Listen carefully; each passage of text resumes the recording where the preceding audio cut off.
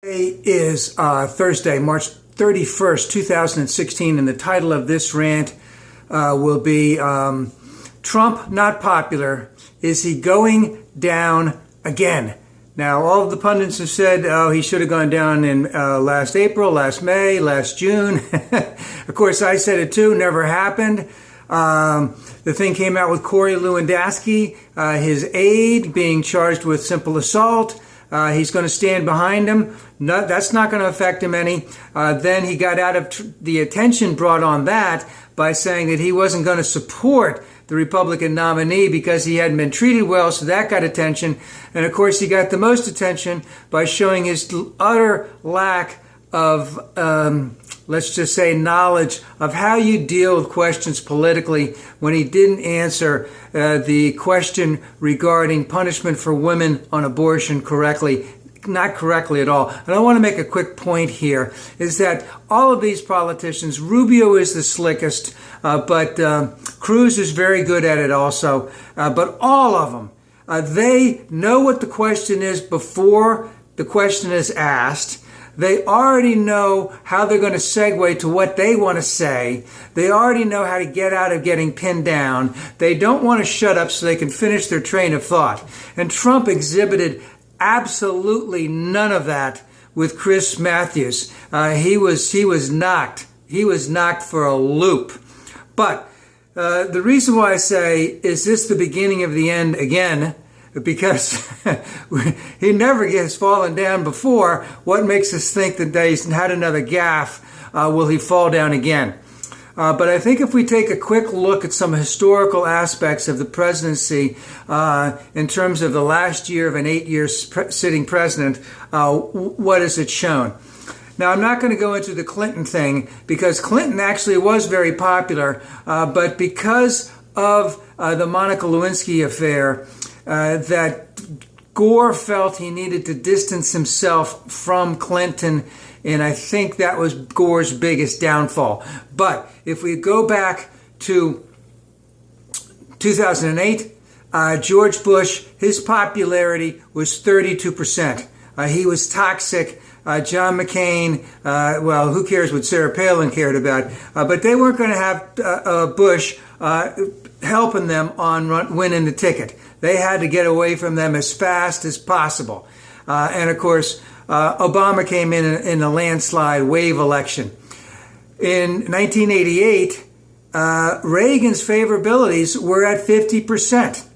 And George Bush Sr., or George whatever his name is, Herbert Walker Bush, he rode the coattails in. He had a weak Democratic opponent in Dukakis. I think Dukakis was good, but they portrayed him right from the beginning, and he couldn't get out of that portrayal. But right now, Obama's favorabilities are at 53%. They have only been above 50% just a couple of times, 1, 2, 3 times.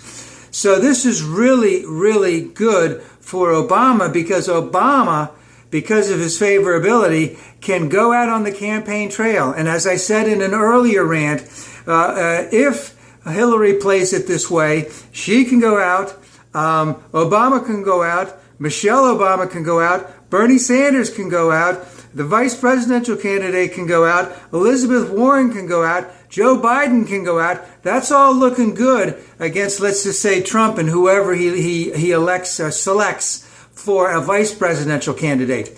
Now, if we also look at Obama's favorability ratings according to party, right now, 81% Democrat, 50% Independent, 12% GOP. We understand the GOP aspect, but again, if you add independents and Democrats, that's more than a majority of the American voters.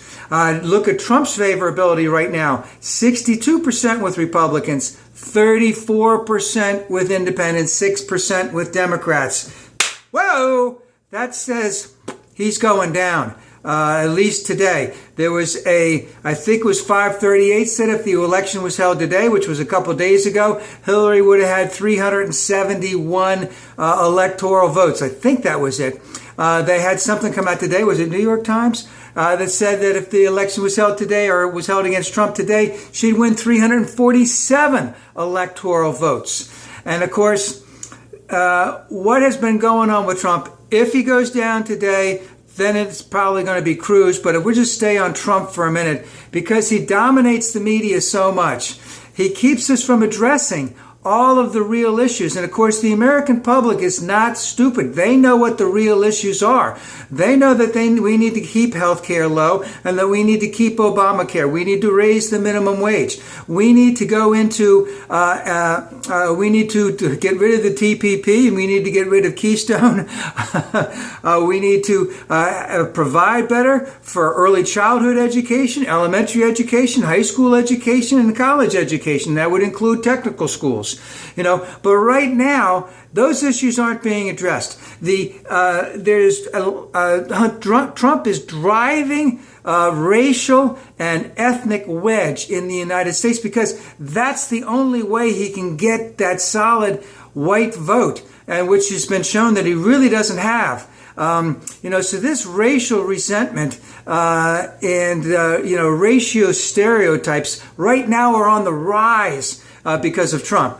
But again, even though he has to have this for him to succeed with the white people, he's still getting in a tremendously small percentage of the vote overall. In the states with primaries, if you include Democrat, Independent, and Republican votes all together, he's getting between 16 and 25% of the overall vote in those primaries. That's not a winning formula.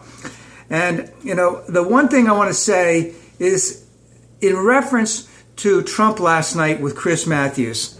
I mean, he knows less about how government works than I do. And he's a billionaire. He understands that he has all kinds of tax benefits that accrue to him, that don't accrue to me, don't accrue to people that make less money than me. I don't make a whole lot, and his utter ignorance, is starting to show. Now, guarantee you he'll never go on Chris Mathews again. He'll probably never do Rachel Maddow. He'll probably never get anyone who will really, really pin him down.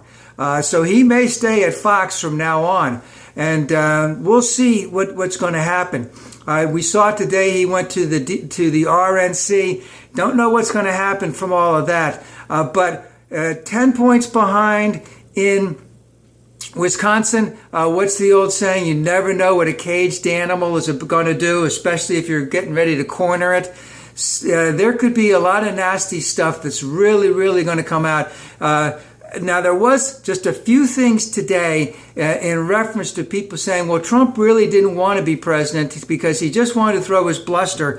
And then when he got caught by Chris Mathews, it shows he really didn't want it because he voluntarily made the decision not to prepare for any of this stuff. He just thought with his ego and his narcissism that he could rule the day. And Chris Mathews just sort of laid him flat.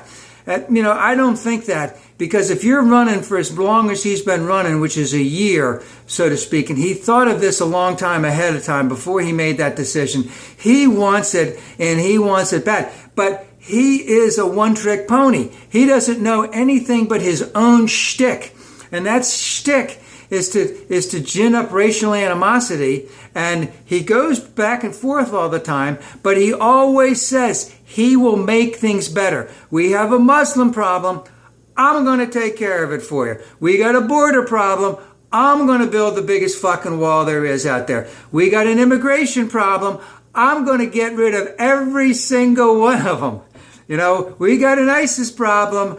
I am going to take care of it. So he appeals to those people who think that he is a strong, strong leader when in essence, he's showing more and more that the emperor has no clothes.